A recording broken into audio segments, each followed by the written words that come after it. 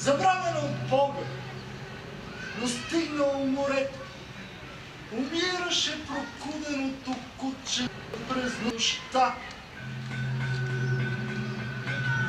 Гледаше белозловно как пада от небето нещастната му кучешка съдба. Протегнал съседни сили лапи, докосна хладната вода на вечността.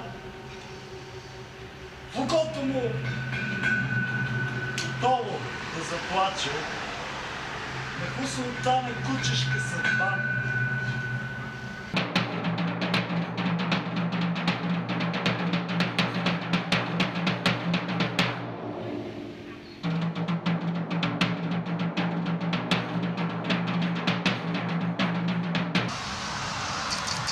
Капка Божа кръв е паднала в морето.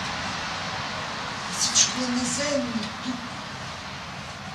В ограбените църкви тихо свети на вечното невидимия дух.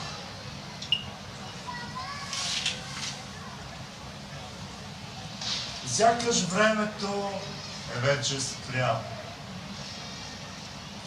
достигнало до своя връх. Няма край, нито начало.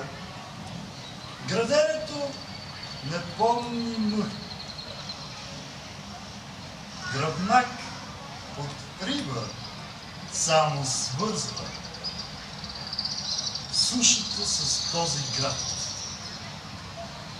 и балансира между двата възела жадния за власт